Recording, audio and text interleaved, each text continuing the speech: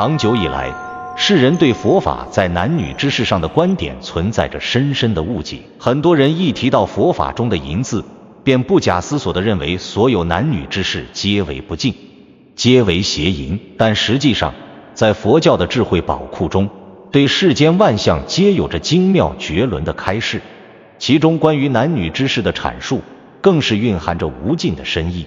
佛陀以其无上的智慧，对邪淫与正淫有着极为清晰且深刻的区分。佛教将破坏他人婚姻、违背道德伦理的邪淫行为，郑重地列为五戒之一，严厉禁止。然而，对于夫妻之间正常的、符合伦理道德的和合关系，却秉持着一种开明而包容的态度。这种看似矛盾却又和谐统一的处理方式，恰恰完美地展现了佛法那圆融无碍的智慧之光。它既尊重了人类社会的基本伦理秩序，又为人们的修行指明了正确的方向。在舍卫国那片宁静而祥和的土地上，有一座闻名遐迩的孤独园，这里是佛法的修行圣地，时常有众多虔诚的修行者汇聚于此，聆听佛陀的教诲。一天，一位身姿婀娜、气质高雅的少妇悄然踏入了这座精舍，她便是莲华色。莲华色出生在一个富贵之家，自小就享受着优渥的生活条件，接受着良好的教育。她面容姣好，肌肤胜雪，双眸犹如一汪清澈的泉水，顾盼之间流露出灵动的光彩。长大后，她嫁入了当地的豪门，在外人眼中，她的生活简直如同梦幻一般完美无缺。她居住在宽敞华丽的府邸之中，身边环绕着众多的仆役侍从，衣食无忧，尽享荣华富贵。可是，谁又能真正了解莲华色内心深处的痛苦与困惑呢？在她那看似平静的外表之下，实则隐藏着一颗被烦恼折磨的千疮百孔的心。在当时的社会环境下，许多虔诚的女性信众都面临着一个极为棘手的问题，那便是如何在修行与世俗生活之间找到平衡。她们内心深处渴望能够全身心地投入到修行之中，追寻那至高无上的佛法真谛，以此来净化自己的灵魂，摆脱尘世的烦恼。然而，现实却又让她们难以割舍与丈夫之间的世俗姻缘。她们深知，作为妻子，有责任尽到夫妻之间的义务，维护家庭的和谐与稳定。这种理想与现实之间的巨大冲突，就像一把无情的双刃剑，深深地刺痛着他们的心灵，让他们陷入了信仰与现实的两难抉择之中，痛苦不堪，无法自拔。莲华色相较于其他女性信众而言，更为敏感和细腻。从小所接受的良好教育，不仅赋予了她聪慧的头脑，更让她对生命的意义有着超乎常人的深刻思考。她常常在夜深人静之时，独自一人坐在窗前，望着那浩瀚无垠的星空，心中不禁涌起无数的疑问：人生的意义究竟何在？我们为何而活？而婚后的种种经历，更是如同一块沉甸甸的大石头，压在了她的心头，让她对男女之事产生了深深的疑虑和困惑。每一次与丈夫同房之后，她的内心都会陷入一种极度的自责之中。一方面，她清楚地知道，夫妻之间的亲密行为是人之常情，是维系夫妻关系的重要纽带，也是世间婚姻生活的一部分。在世俗的观念里，这是再正常不过的事情，无可厚非。然而，另一方面，她作为一名虔诚的佛教信众，内心深处又时刻牢记着佛法的教诲，担心这种行为是否会违背佛戒，是否会阻碍自己在修行之路上的前进。这种内心的挣扎与撕裂，就像一场永无止境的战争，让她在痛苦的深渊中越陷越深，无法解脱。她常常在深夜里辗转反侧，难以入眠，脑海中反复思索着那个让她纠结不已的问题：夫妻之事到底算不算违背佛戒呢？这个问题如同一个挥之不去的幽灵，时刻萦绕在她的心头，折磨着她的灵魂。莲华色的丈夫是一个心地善良、善解人意的人，他平日里对莲华色关怀备至，呵护有加。当他察觉到妻子近来的异样情绪，看到妻子整日愁眉不展、忧心忡忡的样子时，心中十分不忍。一天晚上，他轻轻地将莲华色拥入怀中，温柔地劝慰道：亲爱的，你不要如此烦恼，我听闻佛法慈悲为怀，普度众生，它应该不会让我们陷入这样两难的困境之中吧。或许我们对佛法的理解存在偏差，你也不必过于自责。然而丈夫的这番安慰并没有如他所期望的那样让莲华色的心情得到舒缓，相反，莲华色听了丈夫的话后，心中的困惑反而变得更深了。她在心里暗自思忖，丈夫说的固然有道理，可是如果真的是我们对佛法理解有误，那正确的理解又应该是什么呢？这个问题就像一团迷雾，笼罩在她的心头，让她愈发感到迷茫和无助。经过一番痛苦的挣扎和深思熟虑，莲华色终于下定决心，要前往祇树给孤独园，向伟大的佛陀请教这个困扰他已久的问题。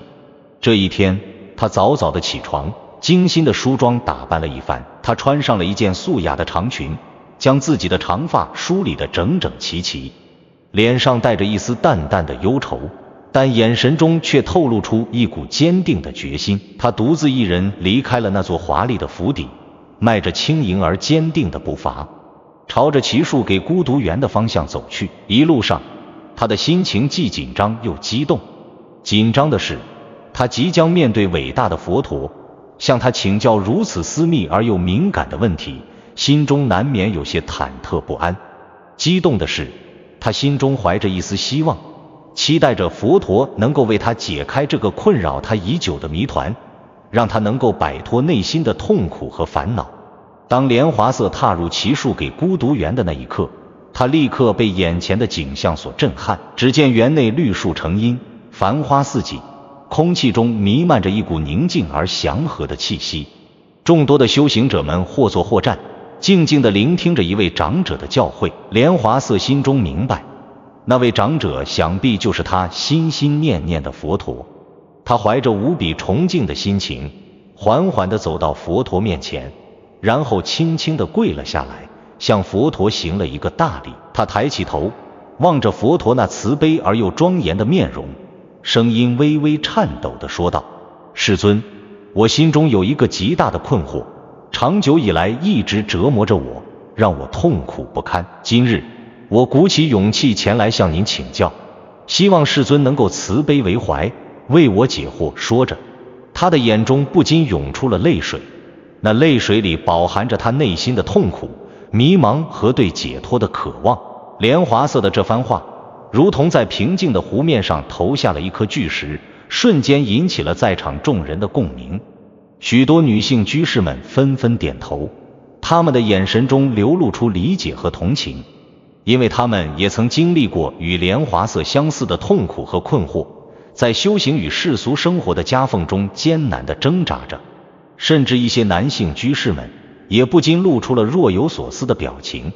他们或许也在思考着自己在婚姻生活与修行之间的关系。这个问题就像一根无形的线，将在场的每一个人都紧密地联系在了一起。它触及到了在家修行者们内心深处最核心的困境，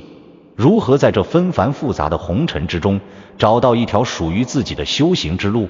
如何在世俗的生活中真正的实践佛法的教诲，让自己的灵魂得到净化和升华。佛陀静静地看着眼前这位诚恳求法的女子，他的目光中充满了慈悲和关爱。世尊深知，莲华色所提出的这个问题，不仅仅关系到他个人的修行命运，更会对无数在家居士们的道心产生深远的影响。这是一个绝佳的机会，一个向众人阐释佛法圆融智慧的宝贵契机。佛陀微微抬起头，目光扫视了一圈在场的众人，然后缓缓地开口说道：善女子，你能有此疑问，足以说明你心向正道，与佛法有着深厚的缘分。然而你的困扰实则源于对佛法的误解。夫妻之事本是自然的人之常情，佛法讲究契理契机，对于在家居士和出家人，有着截然不同的要求。出家人选择了一条远离尘世、一心向佛的道路，他们为了追求那至高无上的解脱境界，必须断除一切世俗的欲望和牵挂，包括男女之情。而在家居士们，你们生活在这尘世之中，有着自己的家庭和社会责任。佛法并不要求你们断绝一切世俗之事，而是教导你们要在这日常生活的点点滴滴中领悟佛法的真谛，实现心灵的觉悟。所以关键并不在于事情的表象，而在于你们内心的念头。莲华色静静地聆听着佛陀的教诲，他的心中仿佛有一道曙光悄然升起。他从未想过佛法竟然可以如此的圆融无碍，如此的贴近生活。多年来一直困扰着他的那个心结，此刻仿佛出现了一丝松动的迹象，让他看到了一丝解开的希望。他抬起头，眼中闪烁着希望的光芒，急切地问道：世尊，可是我还是不太明白，夫妻之事究竟怎样做才算是符合佛法的要求呢？佛陀看着莲华色那充满渴望的眼神，微微一笑，说道：善女子，莫急，为了让你更好地理解这个道理，我且给你讲述一个发生在过去时的故事。说着，佛陀陷入了沉思，仿佛穿越了时空的隧道，回到了那遥远的过去。往昔，在一个遥远的国度里，有一对夫妻，他们和你一样，在夫妻之事上产生了深深的困惑。妻子一心向佛，她担心夫妻之间的亲密行为会违背佛戒，从而影响自己的修行，而丈夫则认为夫妻之间的恩爱本是人之常情，不应该被过度的约束。他们为此事争论了无数次，每一次的争论都让他们的关系变得更加紧张，甚至一度到了几乎要分道扬镳的地步。直到有一天，他们在山中偶然遇到了一位得道高僧。那位高僧对他们说了什么呢？莲华色忍不住再次急切地问道。他感觉这个答案或许就是解开自己多年心结的关键所在。佛陀微笑着，继续缓缓地说道。那位高僧慈悲地看着他们，说道：夫妻之事，其关键全在于你们内心的念头。若你们的心中充满了贪着和欲望，即便你们独自一人隐居在深山之中，那也等同于邪淫。反之，若你们能够保持内心的清净和正念，即便夫妻二人同处一室，也不会有任何的过错。听到这里，莲华色若有所思地点了点头。佛陀接着说道：在家居士与出家人所走的道路不同，出家人为了追求究竟的佛果，必须彻底断除一切欲念，全身心地投入到修行之中，而在家居士们则应该把握好中道。你们既要尽到作为夫妻、作为家庭成员的世间责任，又要时刻保持内心的正念。夫妻之间的亲密行为，若能够做到互相尊重，适可而止，不起任何邪念，那么不仅不会有过错，反而能够增进彼此之间的感情，促进双方在修行道路上的共同进步。为了让莲华色和在场的众人更加深刻地理解这个道理，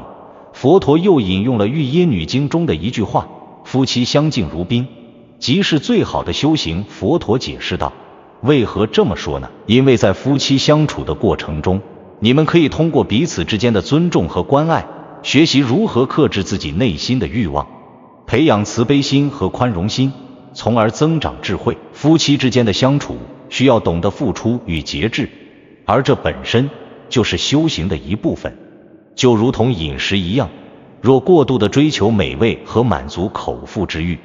就会沦为贪欲的奴隶。相反，若能够懂得节制、合理饮食，那么饮食就能够起到养生益命的作用。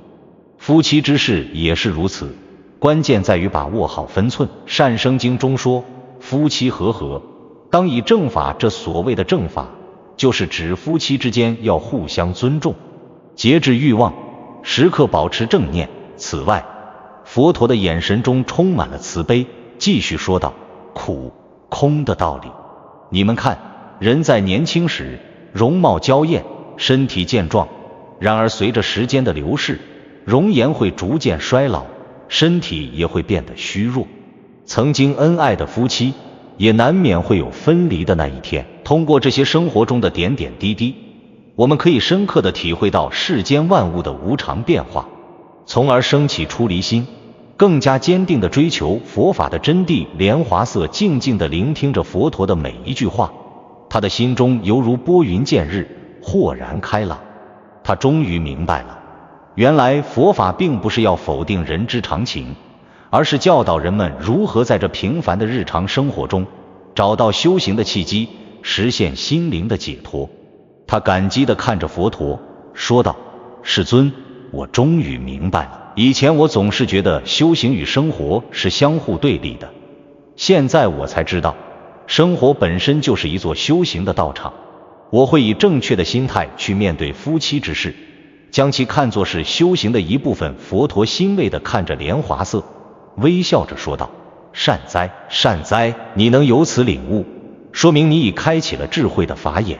记住，佛法在世间，不离世间觉。在家居士们修行，要在日常生活的每一个细节中去体悟佛法的真谛。只要你们能够保持心念正直，行为有度，那么世间法即为佛法。从那以后，莲华色彻底改变了自己的心态，她不再为夫妻之事而感到困扰和自责，而是以一种全新的充满智慧和慈悲的心态去面对自己的丈夫和家庭。她学会了在夫妻相处中尊重丈夫的感受，关心丈夫的需求，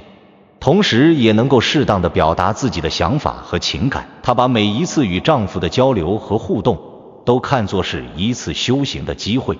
通过这些日常生活中的琐事，不断地磨练自己的内心，培养自己的慈悲心和智慧。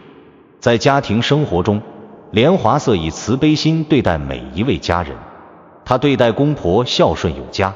关心他们的生活起居，倾听他们的心声；对待家中的仆役，她也和蔼可亲，从不以主人的身份高高在上，而是给予他们尊重和关爱。她以智慧处理家中的各种事务，无论是繁琐的家务事，还是复杂的人际关系，她都能够处理得井井有条，让整个家庭充满了和谐与温馨的氛围。渐渐的，莲华色的名声在舍卫城传开了，人们都知道，在那座华丽的府邸中住着一位贤妻良母。她不仅将家庭管理得和睦美满，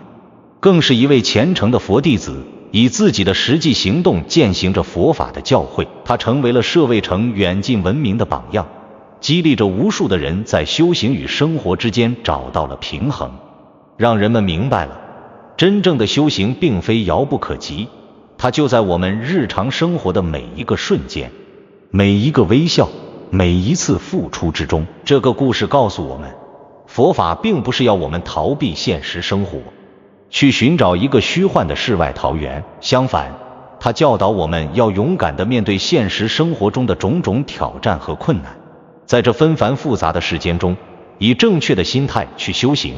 去领悟生命的真谛。正如维摩诘经所说，不必断欲而持戒，不必禁止而清净。关键在于我们要以一颗真诚、善良、智慧的心去面对生活，在日常的点滴中修行，在平凡的生活中见真谛。这不仅是对夫妻之道的深刻开示，更是佛陀对世间法与出世间法关系的精妙阐释。它让我们明白，真正的修行不在形式的华丽，而在心念的纯净；不在远离尘世的喧嚣，而在对世俗生活的积极转化。只要我们能够保持正确的心念，那么生活中的每一个细节都可以成为我们修行路上的有力助缘，引领我们走向那光明的解脱之路。